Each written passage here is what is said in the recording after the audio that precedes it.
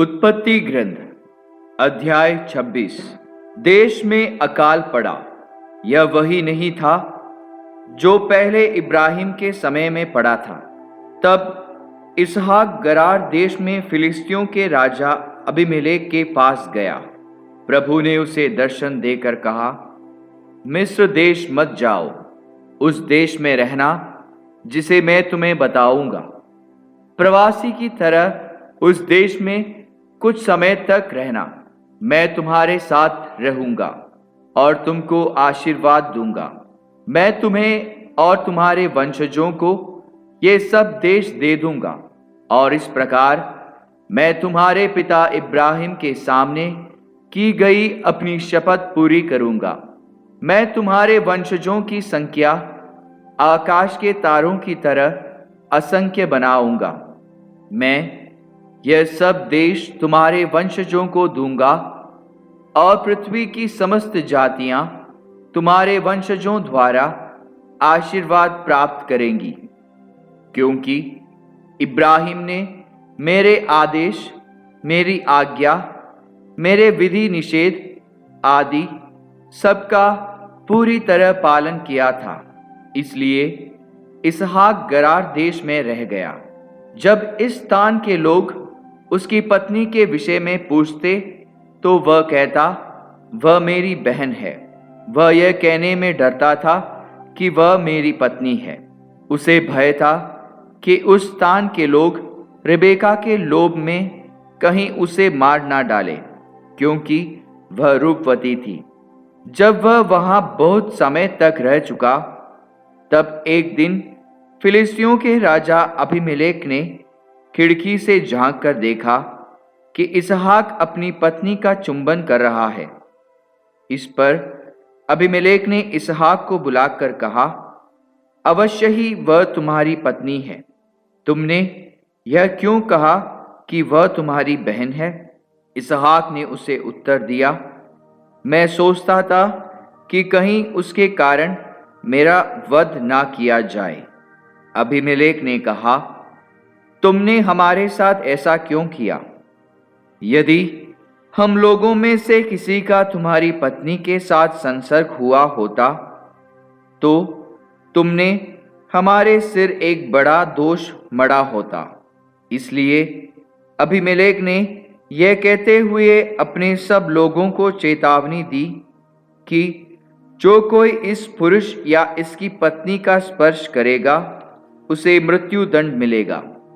इसहाक ने उस देश की भूमि में अनाज बोया और उसी वर्ष उसने 100 गुनी फसल काटी।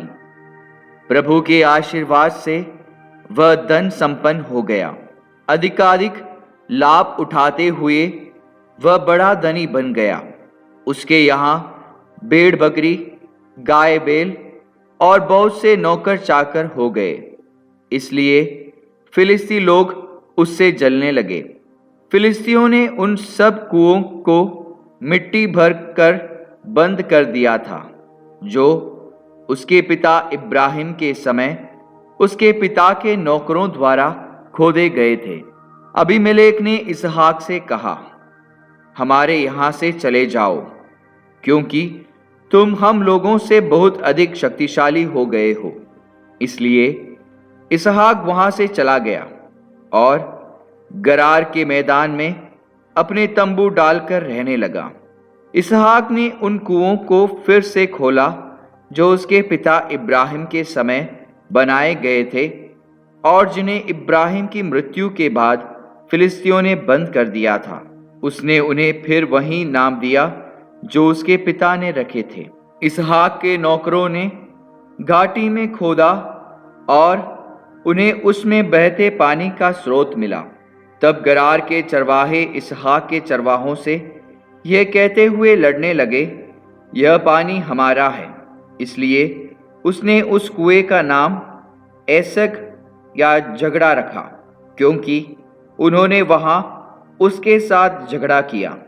तब उन्होंने एक दूसरा कुआं खोदा और उसके बारे में भी झगड़ा हुआ।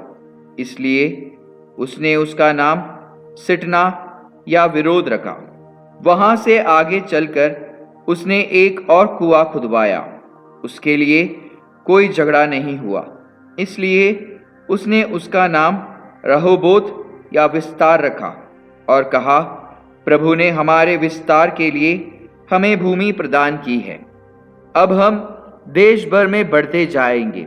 वहां से वह बेरशेबा गया।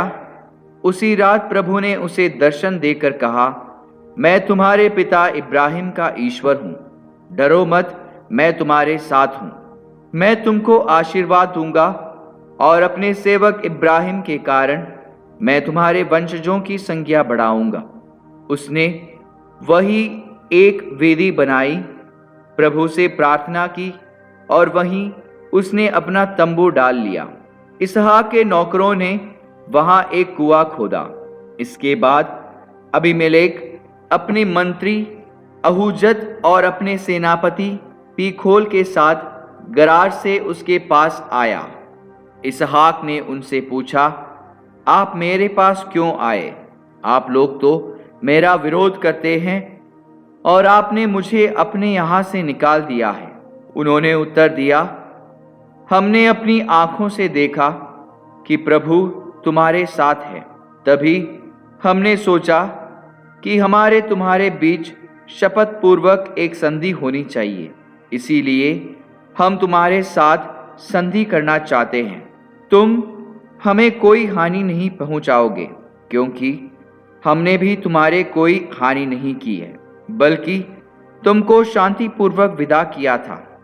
अब तो तुमको प्रभु की कृपा प्राप्त है। इसहाक ने उन्हें एक भोज दिया और उन्होंने खाया पिया।